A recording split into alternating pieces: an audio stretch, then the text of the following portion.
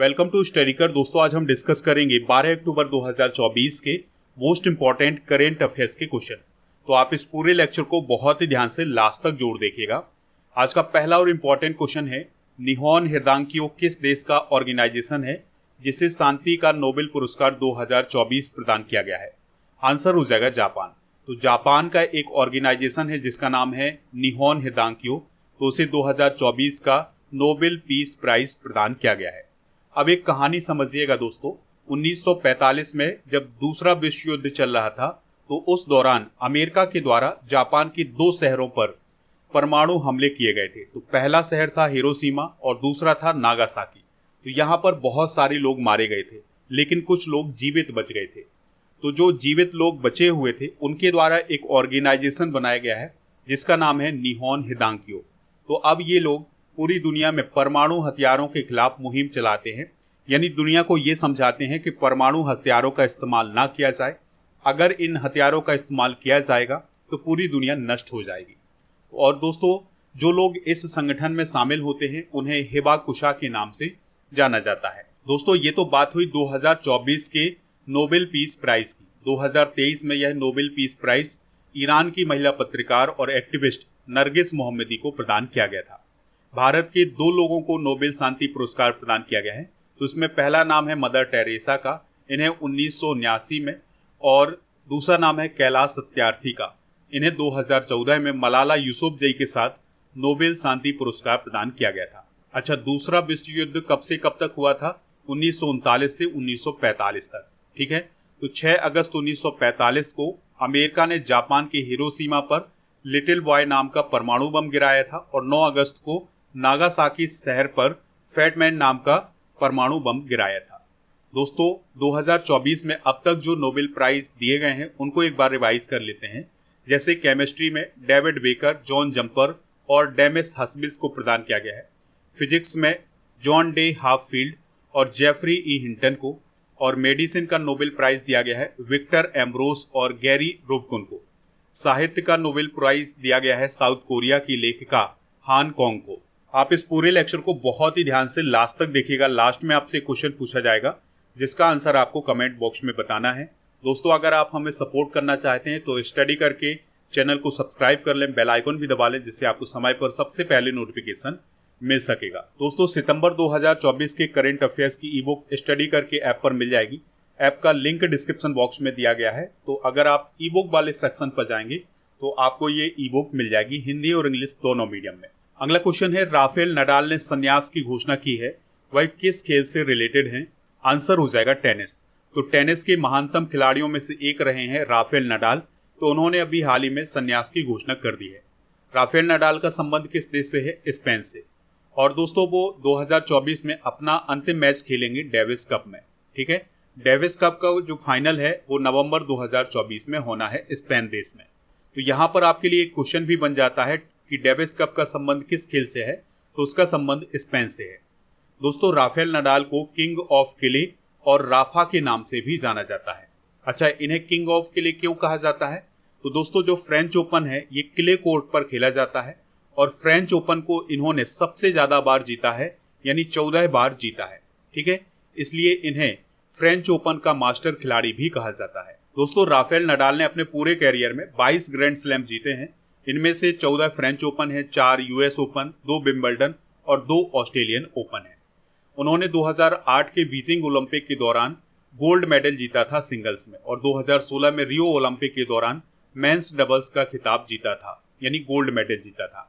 आपको याद रखना है कि राफेल नडाल ने 2010 में आंध्र प्रदेश के अनंतपुर में राफेल नडाल टेनिस स्कूल भी खोला था।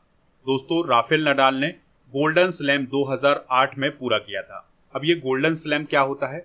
अगर कोई टेनिस खिलाड़ी चारों ग्रैंड स्लैम जीत लेता है और इसके अलावा ओलंपिक में गोल्ड मेडल जीत लेता है तो उसे गोल्डन स्लैम बोला जाता है। तो इन्होंने 2008 में गोल्डन स्लैम पूरा किया था क्योंकि 2008 के बीजिंग ओलंपिक में उन्होंने गोल्ड मेडल हासिल किया था।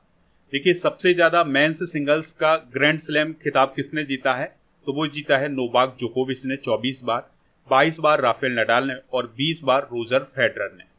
अगला क्वेश्चन है, टाटा ट्रस्ट के चेयरमैन कौन बने हैं? नोएल टाटा टाटा ट्रस्ट के चेयरमैन बने हैं।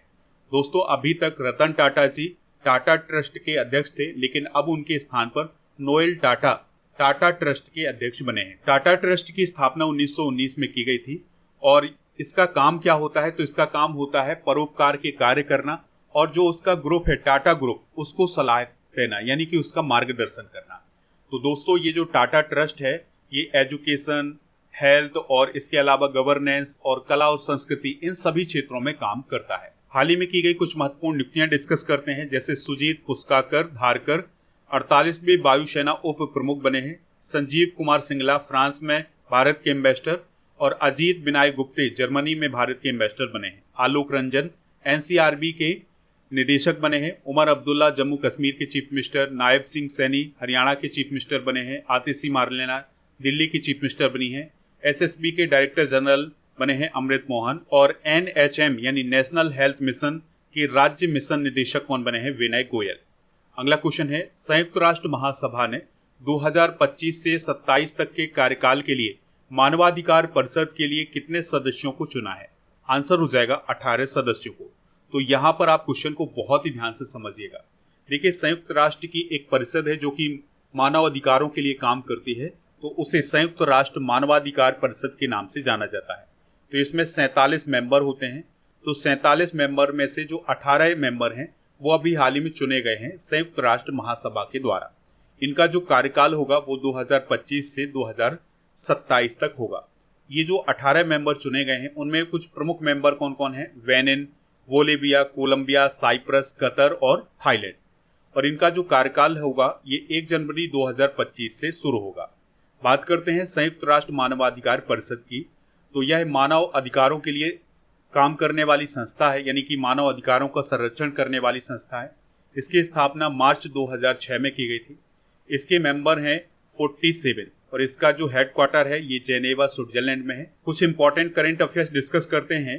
तो संयुक्त राष्ट्र सुरक्षा परिषद के लिए 2025 से शुरू होने वाले 2 साल के कार्यकाल के लिए अभी हाल ही में 5 नए सदस्यों Pakistan, Somalia, Denmark, Greece, Panama को चुना गया है। ईरान, इजिप्ट, इथियोपिया, यूएई और सऊदी अरब इस साल ब्रिक्स में शामिल हुए हैं। अल्जीरिया भी हाल ही में न्यू डेवलपमेंट बैंक में शामिल हुआ है। बेलारूस एससीओ में शामिल हुआ है 2024 में। अगला क्वेश्चन है, कैमूर टाइगर रिजर्व की स्थापना किस स्टेट में की जाएगी? आंसर हो जाएगा बिहार। तो बिहार स्टेट में एक नया टाइगर रिजर्व बनने वाला है और उसका नाम होगा कैमूर टाइगर रिजर्व। देखिए बिहार में पहले से एक और टाइगर रिजर्व है जिसका नाम है वाल्मीकि टाइगर रिजर्व। ठीक है, तो ये जो कैमूर टाइगर रिजर्व है इसके लिए अभी हाल ही में जो सेंट्रल गवर्नमेंट है उसने अपनी एक मंजूरी प्रदान कर दी है, यानी आने वाले समय में यहाँ पर टाइगर रिजर्व बनेगा। दोस्तों कैमूर वाइल्ड लाइफ सेंचुरी की बात करें तो यह कैमूर जिले और रोहतास जिले में फैला हुआ है और यह बिहार का सबसे बड़ा अभ्यारण्य है और इसकी स्थापना 1979 में की गई थी। कुछ इंपॉर्टेंट फैक्ट डिस्कस करते हैं। तो वर्तमान में भारत में कितने टाइगर रिजर्व हैं? 55। और जो सबसे नया टाइगर रिजर्व बना है वो राजस्थान का धौलपुर करौली टाइगर रिजर्व है। भारत का पहला टाइगर रिजर्व कौन था? जिम कॉर्बेट नेशनल पार्क, यानी कि जिम कॉर्बेट नेशनल पार्क पहला टाइगर रिजर्व था जो कि 1973 में घोषित किया गया था। क्षेत्रफल की दृष्टि से सबसे बड़ा टाइगर रिजर्व कौन है? आंध्र प्रदेश का नागार्जुन सागर श्रीशैलम। और सबसे छोटा है पेंच टाइगर रिजर्व जो कि महाराष्ट्र में है। कैलाश श्रृंखला को हम टाइगर मैन ऑफ इंडिया के नाम से जानते हैं और टाइगर स्टेट के नाम से हम मध्य प्रदेश को जानते हैं। भारत में प्रोजेक्ट टाइगर 1973 में शुरू हुआ था। विश्व बाघ दिवस हर साल 29 जुलाई को मनाया जाता है। आपको याद रखना है कि अगर किसी भी टाइगर रिजर्व को मंजूरी देनी होती है केंद्र सरकार को तो वो किसके माध्यम से देता है? नेशनल टाइगर कंजर्वेशन अथॉरिटी यानी एनटीसीए के द्वारा। अभी हाल ही में गुरु घासीदास तमोर पिंगला टाइगर रिजर्व बनाने की घोषणा की गई है छत्तीसगढ़ में। अगला क्वेश्चन है, आसियान शिखर सम्मेलन 2024 किस देश में आयोजित किया गया है? आंसर हो जाएगा इसका लाओस। तो लाओस देश की जो कैपिटल है वियंतियान है, वहां पर 44वां और 45वां आसियान शिखर सम्मेलन आयोजित किया गया है। ठीक है, इसकी थीम क्या थी? आसियान कनेक्टिविटी और लचीलापन बढ़ाना। ठीक है, तो ये थीम भी आप नोट कर सकते हैं। देखिए इसी सम्मेलन के दौरान 21वां आसियान भारत शिखर सम्मेलन भी आयोजित किया गया है। इसके अलावा 19वां पूर्वी एशिया शिखर सम्मेलन आयोजित किया गया है। तो इन दोनों शिखर सम्मेलन में शामिल होने के लिए prime minister Modi ji Laos की यात्रा पर गए थे। आपको याद रखना है कि जो भारत है वो आसियान का मेंबर नहीं है। आसियान का फुल फॉर्म क्या होता है? Association of south east Asian Nations. इसकी स्थापना 8 अगस्त 1967 को की गई थी। इसके 10 मेंबर हैं: Indonesia, Malaysia, Philippines, Singapore, Thailand, Brunei, Vietnam, Laos, Myanmar और कंबोडिया। आसियान का लक्ष्य होता है सदस्य देशों में स्थिरता और आर्थिक डेवलपमेंट को बढ़ावा देना। कुछ इंपॉर्टेंट समिट डिस्कस करते हैं, जैसे G20 समिट 2024 कहाँ आयोजित किया जाएगा? ब्राजील में। और आपको याद रखना है कि ब्रिक्स शिखर सम्मेलन 2024 रूस में होगा। वर्ल्ड ग्रीन इकोनॉमी फोरम 2024 का आयोजन दुबई UAE में किया गया है। आयुष शिखर सम्मेलन 2024 नई दिल्ली में हुआ है। Global aerospace summit 2024 Abu Dhabi UAE में हुआ है। क्वाड शिखर सम्मेलन 2024 अमेरिका में हुआ है। और ब्रिक्स साहित्य फोरम 2024 का आयोजन रसिया में हुआ है। और अखिल भारतीय राजभाषा सम्मेलन 2024 नई दिल्ली में हुआ है। अब आप कमेंट बॉक्स में ये बताइएगा कि क्वाड शिखर सम्मेलन 2025 का आयोजन किस देश में होना है। अगला क्वेश्चन है, पी वेणुगोपाल का 82 वर्ष की आयु में निधन हो गया है, वह कौन थे? तो वह एक हार्ट सर्जन थे, तो उनका अभी हाल ही में निधन हुआ है। देखिए दोस्तों, जो पी वेणुगोपाल थे वो एम्स के पूर्व डायरेक्टर थे और उनका जो जन्म है 1942 में मद्रास में हुआ था। अब ये किस लिए फेमस थे? तो दोस्तों, उन्होंने 1970 में देश में पहला पेसमेकर लगाया था। हार्ट पेसमेकर एक प्रकार की मशीन होती है जो हार्ट में लगाई जाती है। इसके अलावा 1994 में उन्होंने देश का पहला हृदय प्रत्यारोपण भी किया था। तो इन दोनों कामों के लिए वो जाने जाते हैं। इन्होंने अपने पूरे जीवन काल में लगभग 50,000 से अधिक सर्जरी की है हार्ट की। दोस्तों, इन्हें 1998 में पद्म भूषण से सम्मानित किया गया था। इसके अलावा 2014 में केंद्र सरकार के द्वारा लाइफ टाइम अचीवमेंट अवार्ड से भी सम्मानित किया गया था। इनकी एक पुस्तक है जिसका नाम है हार्टफेल्ट। दोस्तों, हाल ही में हुए कुछ प्रमुख निधन डिस्कस करते हैं, जैसे उद्योगपति रतन टाटा जी का निधन हुआ है। CPIM के नेता सीताराम येचुरी का निधन हुआ है। लेबनान के पूर्व प्राइम मिनिस्टर सलीम होस का निधन हुआ है। यूट्यूब की पूर्व CEO सुसान बोजस्की का और पूर्व विदेश मंत्री नटवर सिंह का। पश्चिम बंगाल के पूर्व चीफ मिनिस्टर बुद्धदेव भट्टाचार्य का। एक्ट्रेस आशा शर्मा का। CSIR के पूर्व प्रमुख गिरीश साहनी का निधन हुआ है। और इंडियन कोस्ट गार्ड के DG राकेश पाल का निधन हुआ है। और गांधीवादी नेता शोभना रानाडे का निधन हुआ है। अगला क्वेश्चन है, भारतीय रेलवे वित्त निगम के अध्यक्ष और प्रबंध निदेशक कौन बने हैं? आंसर हो जाएगा मनोज कुमार दुबे। तो दोस्तों, मनोज कुमार दुबे IRFC के CMD बनाए गए हैं। दोस्तों, बात करते हैं भारतीय रेलवे वित्त निगम यानी IRFC की। तो यह भारतीय रेलवे की वित्त पोषण शाखा है। इसकी स्थापना 1986 में की गई थी। हेडक्वार्टर इसका नई दिल्ली में है और इसका काम होता है रेलवे क्षेत्र की जो वित्तीय जरूरतें हैं यानी फाइनेंस से संबंधित जो जरूरतें हैं उनको पूरा करना। कुछ इंपॉर्टेंट फैक्ट डिस्कस करते हैं। तो रेल मंत्री कौन है? अश्विनी वैष्णव। रेलवे बोर्ड के नए अध्यक्ष और CEO कौन है? सतीश कुमार। RPF के DG कौन है? मनोज यादव। भारतीय रेल की स्थापना लॉर्ड डलहौजी ने की थी। पहली रेल कब चली थी? 16 अप्रैल 1853 को। कहां से कहां तक चली थी? बोरी बंदर बॉम्बे से थाने के बीच में।